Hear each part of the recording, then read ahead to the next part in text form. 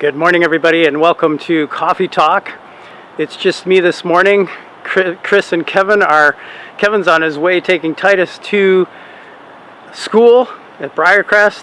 Chris is going to be getting back later this week, and it is just the last week before school starts. I just dropped my son off to go back to college as well. Next Tuesday, school starts, and it's surprising how fast summer goes.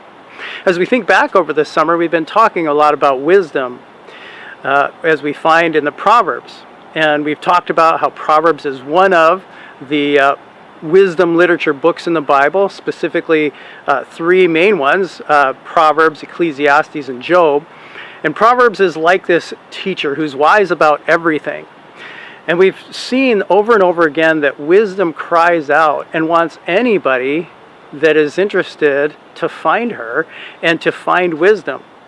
And the beautiful thing that we've come back to again and again is that as we fast forward to the New Testament, wisdom is actually a person. Jesus is the full wisdom of God revealed. And so when we choose wisdom, we're choosing a person. And in some ways that's really exciting because we're choosing a relationship with someone who is wisdom and who will give us wisdom through that relationship. For some of us, that's actually a little scary because it's easier to go to a book and try to find wisdom. Speaking of school starting next year or next week, it's easy to think I'm going to buy all my books and I'm going to study and get wisdom. And there's a part of that that's true. But true wisdom is actually about a person. It's about being in relationship with Jesus. And it's hard because it means that I don't know everything. Any relationship that I'm in is always a growing, it's a growing thing that's out of my control. We don't control wisdom. Wisdom is a person who is much bigger than us. And he has a perspective that is much bigger than ours. And so part of growing in wisdom is trusting that his perspective is bigger than ours, that what I'm seeing, the information I have is not all there is.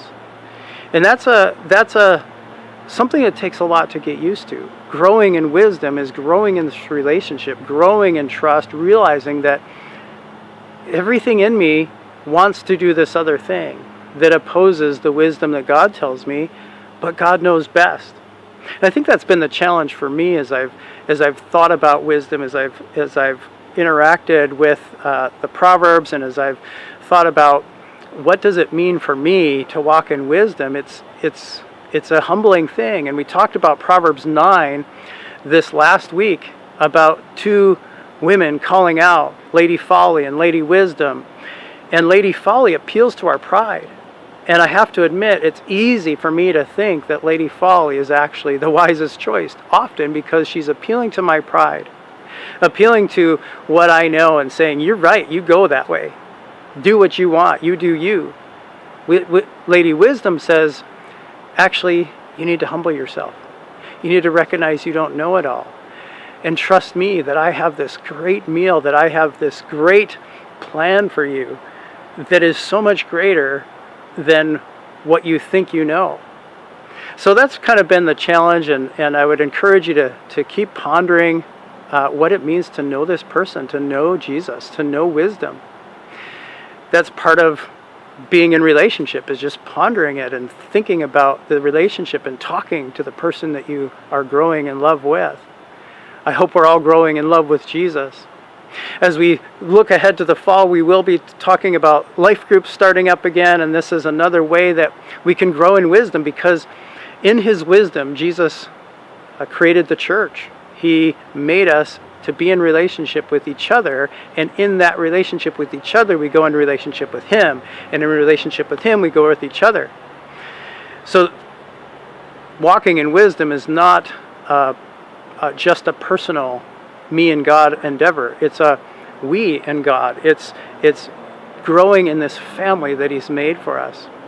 So be pondering if you are interested in being a part of a life group, that those will be coming up. Please let me know. If you haven't been a part of one, let Kevin or I know. Call the office, whatever that you'd like to be a part of one. We will be making an appeal later in September, but that's something to be thinking about. For now, I just want to leave you with September 14th. That's our picnic day at 12. We're going to be meeting down at Green Bay, and we're going to share a meal together, a picnic, and it's going to be a really good time to just kind of connect outside of our gathering. We will gather that morning at 10 at the church building, but then we will meet down at Green Bay on September 14th. So I hope you're having a great last week of summer. Summer weather will continue on, but school starts next week, so it feels like kind of officially the end of summer, but I hope you're continuing to enjoy these summer days. God bless you. Have a great week.